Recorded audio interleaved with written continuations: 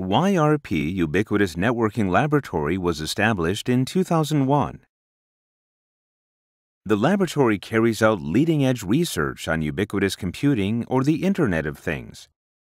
The laboratory has provided futuristic visions of applications of the IoT and ubiquitous computing ahead of the rest of the world. In the following video, we will introduce our research, focusing on future applications in the retail industry and related sectors. Our innovation involves attaching unique IDs to any imaginable product or object in society. Assigning IDs to food packages enables us to implement food traceability systems.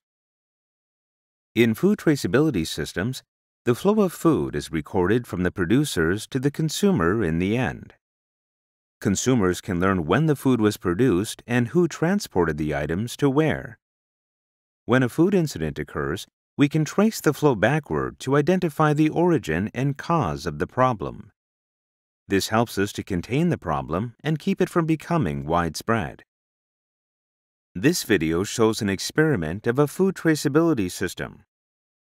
The system assigns IDs to farmlands, agricultural chemicals, intermediate and final food packages, and other objects in the value chain.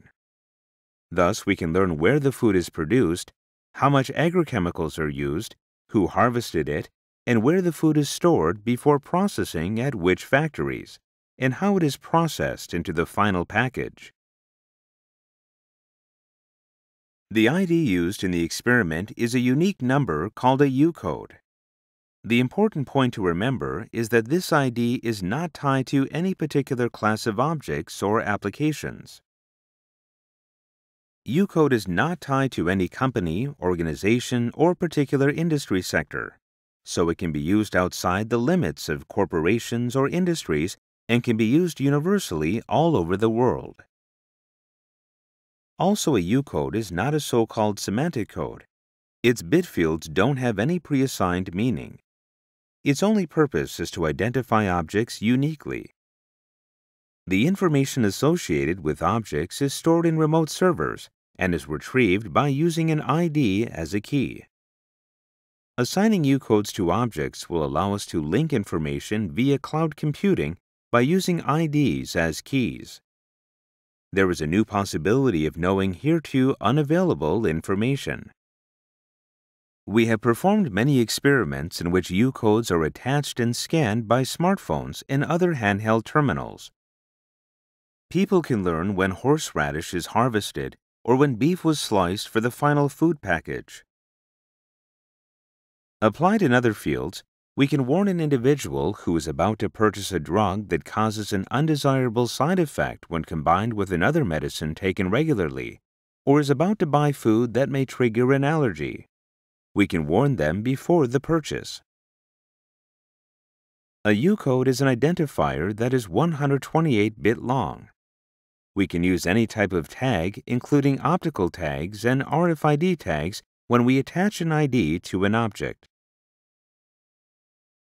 Here's a view of a future supermarket when RFID tags become inexpensive and are attached to objects on the shopping floor. When a customer puts something into their cart, the information about the product, the total sum for the purchase, and suggestions about other goods related to the product are shown. This cart has an active UWB RFID tag, and the locations of all the carts inside the shop can be found within an error of 30 centimeters.